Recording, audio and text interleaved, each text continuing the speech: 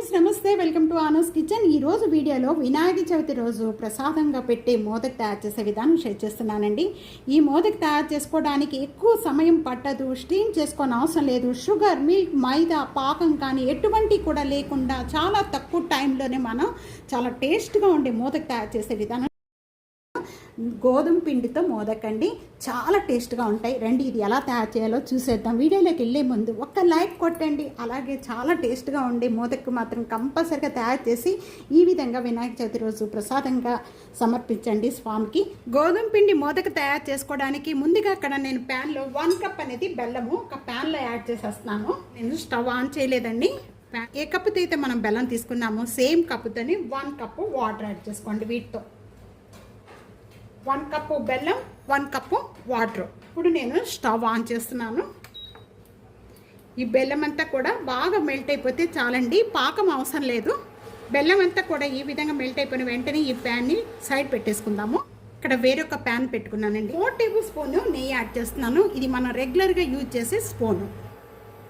నెయ్యి అనేది బాగా మెల్ట్ అయిపోయిన వెంటనే మనం ఏ కప్పుతో అయితే మనం బెల్లం తీసుకున్నామో సేమ్ కప్పుతోనే 1/2 కప్ అనేది గోధుమ పిండి దీంట్లో యాడ్ చేసేస్తున్నాను.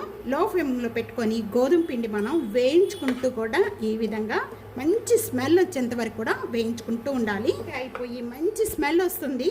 ఈ టైంలో ఇప్పుడు దీనిలో ఒక 4 టేబుల్ స్పూన్ అనేది ఉప్మా రవ్వ ఇట్లా యాడ్ చేస్తున్నాను. రవ్వ యాడ్ చేసిన వెంటనే కూడా ఇదంతా కూడా ఒకసారి బాగా కలుపుకోవాలి.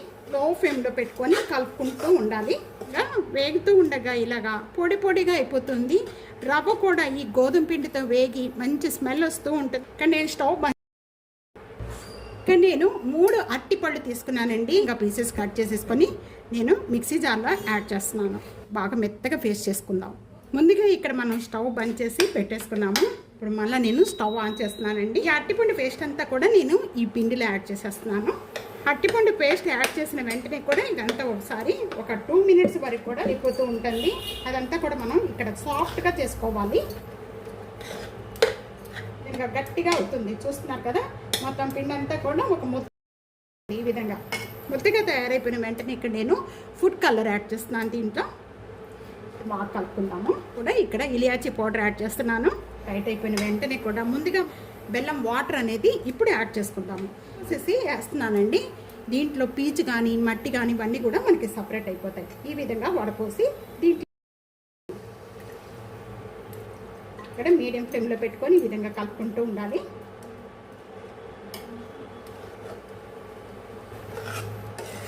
కూడా ఈ విధంగా సాఫ్ట్గా అయిపోయిన వెంటనే కూడా ఇక్కడ దీనిలో నేను ఇక్కడ 2 టేబుల్ స్పూన్ నెయ్యి యాడ్ చేస్తున్నాను. నెయ్యి యాడ్ చేసిన వెంటనే కూడా ఈ విధంగా కలుపుకుంటూ ఉండాలి. ఉండలాగా తయారైపోయింది అనుకోండి, చేతికి అద్దుకోకుండా మనకి ఇదంతా కూడా. ఇప్పుడు మనం ఈ స్టేజ్లో స్టవ్ బంద్ చేసేసుకోవచ్చు. ఇది చల్లారిపోయిన వెంటనే కూడా ఇప్పుడు మనం మోదక్ తయారు చేస్తాం. పిండి అంతా కూడా బాగా చల్లారిపోయింది. ఈ విధంగా ప్రెస్ చేస్తే గోరువెచ్చగా ఉందండి. ఈ విధంగా ఉండగానే మనం మోదకులు తయారు చేసుకుందాం. మోదక్ తయారు చేసుకోవడానికి ఈ విధంగా మేకర్స్ ఉన్నాయి. ఇవి లేకపోయినా కూడా మనం చేతితో కూడా తయారు చేసుకోవడం కూడా దొరుకుతాయండి. మనం ఆన్లైన్లోనే బుక్ చేశానండి నేను. ఇవి నెయ్యి అప్లై చేస్తే చాలా ఈజీగా వచ్చేస్తుంది. షేప్ కూడా మనకి నీట్గా వస్తుంది. ఇలా చేసేసామనుకోండి షేప్ అనేది చక్కగా వస్తుంది.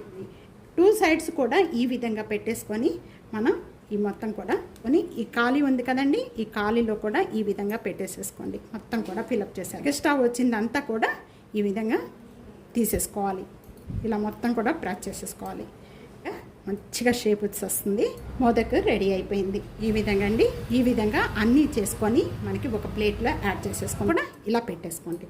మోదక్ రెడీ అయిపోయింది. చేతితో తయారు చేసుకోవడానికి మనకి ఏ సైజు కావాలో మీకు ఆ సైజు, పెద్ద సైజు కావాలంటే పెద్ద ఉండ తీసుకోండి.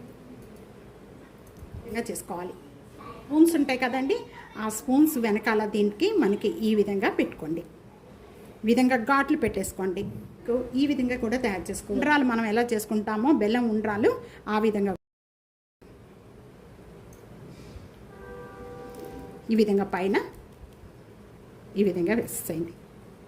ఈ విధంగా కూడా తయారు చేసుకోవచ్చు. ఈ వినాయక చవితికి ఈ విధంగా స్పెషల్గా తయారు చేయండి. గోధుమ పిండి మోదక్ చాలా అంటే చాలా టేస్ట్గా ఉంటుంది. చాలా ఈజీగా తయారు చేసుకోవచ్చు.